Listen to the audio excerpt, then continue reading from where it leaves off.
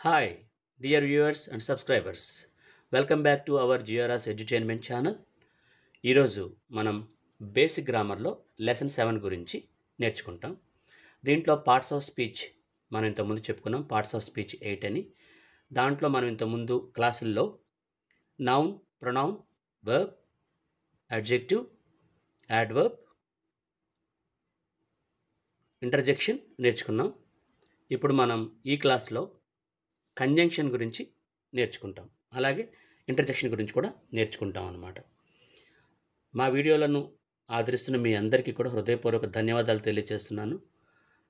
ఇప్పుడు మనం ఈరోజు క్లాస్లో ముందుగా కంజంక్షన్ పదంలోనే ఉంది. జంక్షన్ అంటే కలిసే ప్రదేశం అన్నమాట. దీనికి తెలుగులో సముచ్చయము అని మనం స్వచ్ఛమైన తెలుగులో సముచ్చయము అంటే ఏం కాదండి, రెండు పదాలు లేదా రెండు వాక్యాలను కలిపే పదాన్ని మనం కంజంక్షన్ అంటాం అన్నమాట. ఇక్కడ రాజు, రవి ఆర్ ఫ్రెండ్స్. మనం మామూలుగా అయితే తెలుగులో రాజు, రవి స్నేహితులు అని చెప్పేస్తాం. కానీ ఇంగ్లీష్ దగ్గరికి వచ్చేసరికి ఖచ్చితంగా పదానికి పదానికి మధ్య ఖచ్చితంగా కంజంక్షన్ అనేది వాడాల్సి ఉంటుంది, ఇలాగ కలిపే పదాలకు సంబంధించి.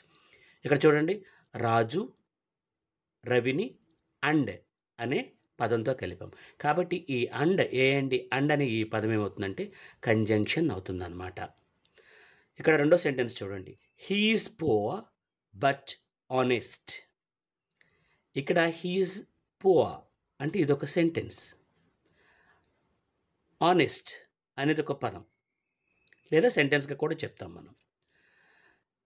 ఈ రెండిటిని బట్ అనేటువంటి పదం కలిపింది. కాబట్టి ఇక్కడ ఈ బట్ అనే పదం ఏమవుతుందంటే కంజంక్షన్ అవుతుందన్నమాట.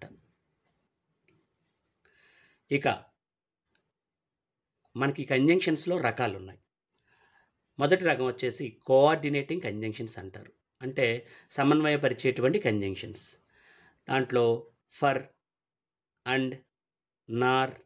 ఫర్ అంటే కొరకు, అండ్ అంటే మరియు, నార్ కాదు అని, బట్ కానీ, ఆర్ లేదా ఎట్ అయినప్పటికీ, సో అయితే అనే అర్థాలు వస్తాయన్నమాట. తర్వాత కోరిలేటివ్ కంజంక్షన్స్. దీంట్లో ఈ కంజంక్షన్లో భాగంగా మనం both, whether, not only but also, either or. Both అంటే రెండు లేదా ఇరువురు, వెదర్ అయినప్పటికీ, not only but also. Not only but also usage చాలా బాగుంటుందండి. ఒక వ్యక్తికి సంబంధించిన రెండు మంచి గుణాలు కానీ రెండు చెడ్డ గుణాలు కానీ చెప్పడానికి నాట్ ఓన్లీ బట్ ఆల్సో అనేటువంటి పదాన్ని మనం, ఈ కంజంక్షన్ అనేదాన్ని మనం వాడుతూ ఉంటాం. ఇక్కడ ఎయిదర్ ఆర్ అనేది అది లేదా ఇది అని ఇచ్చే ఆప్షన్కి మనం వాడతాం. నెయిదర్ నార్ అనేదాన్ని అది కాదు ఇది కాదు అనే సందర్భంలో మనం వాడతాం అన్నమాట. ఇవి కంజంక్షన్స్ అనేవి ఏ రకంగా వాడతాము, వీటితోటి సెంటెన్సెస్ని మనం ఎలా కంజంక్ట్ చేస్తాము, లేకపోతే ఒక సెంటెన్స్ని ఎలా ఈ కంజంక్షన్ ఉపయోగించి కన్స్ట్రక్ట్ చేస్తాము అనేది తర్వాత ఇన్ డీటెయిల్లో మనం నేర్చుకుందాం. తర్వాత సబార్డినేటింగ్ కంజంక్షన్స్ అంటే ఇఫ్, అయితే, యాజ్ ఇఫ్. ఇది ఒక చాలా డిఫికల్ట్ అయినటువంటిది, రివర్స్ మీనింగ్ వచ్చేటువంటి పదం అనమాట అండి యాజ్ ఇఫ్ అనేది. కాకపోయినా అయినట్టుగా నటించేటువంటి సందర్భాన్ని మనం యాజ్ ఇఫ్ అనే దాంతో వాడుతుంటాం. ఇక్కడ అలాగే ఆల్దో, ఇన్ ఆర్డర్ టు, చేసే క్రమంలో, ఇలా ఈ మూడు రకాలైనటువంటి కంజంక్షన్స్ని మనం రకరకాల సందర్భాల్లో వాడుకుంటూ ఉంటాం అన్నమాట. ఇవి ఉపయోగించి సెంటెన్స్ని కన్స్ట్రక్ట్ చేసినప్పుడు లాంగ్వేజ్ యొక్క బ్యూటీ అనేది పెరుగుతూ ఉంటుంది. కాబట్టి కంజంక్షన్స్ అనేవి చాలా జాగ్రత్తగా మనం వాడాల్సినటువంటివి, తెలుసుకోవాల్సినటువంటివి. అలాగే వీటిని మనం తరచుగా ఉపయోగిస్తూ ఉండాలి మన సెంటెన్సెస్లో. ఇక తర్వాత వచ్చి ఇంటర్జెక్షన్ అంటే ఆశ్చర్యార్థకము అని తెలుగులో చెప్పడం జరిగింది. ఆకస్మికంగా జనించే బలమైన భావన. ఆకస్మికంగా జనించే బలమైన భావన అని అన్నాం మనం ఇక్కడ. ఏంటి ఆకస్మికంగా జనించే బలమైన భావన? సపోజ్ మీరు రోడ్డు మీద నడుచుకుంటూ వెళ్తున్నారు. మీకు ఆకాశంలో తలెత్తి చూడంగానే మీకు చందమామ పౌర్ణమి రోజు చందమామ చాలా పెద్దగా ప్రకాశవంతంగా కనపడింది. అప్పుడు మీరేమంటారు? "హో! లుక్ ఎట్ ద మూన్" అంటారు. ఇక్కడ "హో" అనే పదం మనకి ఆశ్చర్యాన్ని కలిగించేటువంటి పదం. తెలుగులో కూడా ఉంటాయి కదండీ మనకి ఆశ్చర్యపోయేటువంటి సందర్భాలు. అవే ఇంగ్లీష్‌లో కూడా ఉంటాయి. ఎందుకంటే భాష అనేది సారూప్యత కలిగింది కాబట్టి. తర్వాత hurray! V one the match. Match గెలిచినప్పుడు హుర్రే! అనే పదం వాడతాం. ఇలాగా రకరకాల సందర్భాల్లో మనం కొన్ని పదాలు వాడతాము. ఆ పదాలకి అర్థాలు ఉండకపోవచ్చు గానీ, సందర్భాలైతే ఉంటాయన్నమాట.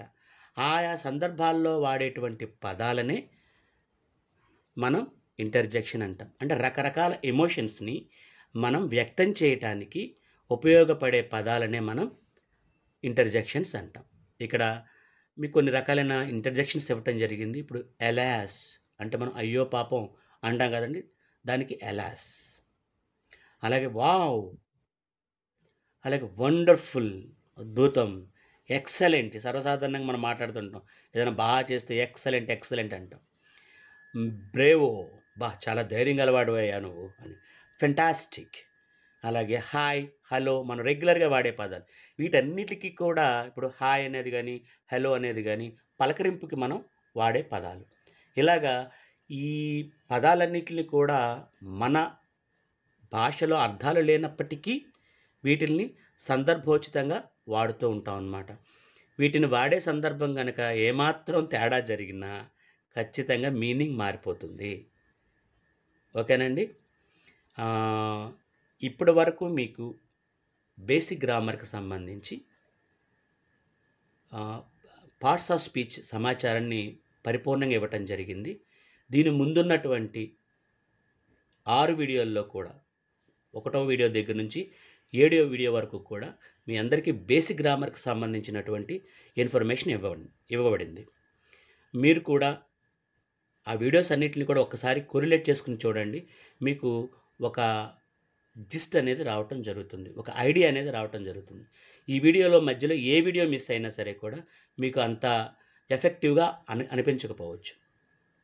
అలాగే రేపటి నుంచి లేదా నెక్స్ట్ క్లాస్ నుంచి మనకి ఇంకా దీని తర్వాత మనం వెర్బ్ గురించి డీటెయిల్‌గా నేర్చుకుంటాం. దీని తర్వాత ఇంకా క్రమక్రమంగా మనం స్పోకెన్ స్కిల్స్‌లోకి రావటం జరుగుతుంది. అలాగే త్వరలో డీఎస్సీ యాస్పిరెంట్స్ గురించి వీడియోస్ చేసి పంపించడం జరుగుతుంది. కాబట్టి డీఎస్సీ యాస్పిరెంట్స్ ఎవరైనా ఉన్నారంటే వాళ్ళు కూడా ప్రిపేర్ అవ్వాల్సిందిగా కోరుతున్నాం. Thank you so much. మా వీడియోస్ అన్నిటిని కూడా ఆదరిస్తున్న మీ అందరికీ మరొకసారి హృదయపూర్వక ధన్యవాదాలు తెలియజేస్తున్నాం. Please share, subscribe and like our channels. Thank you.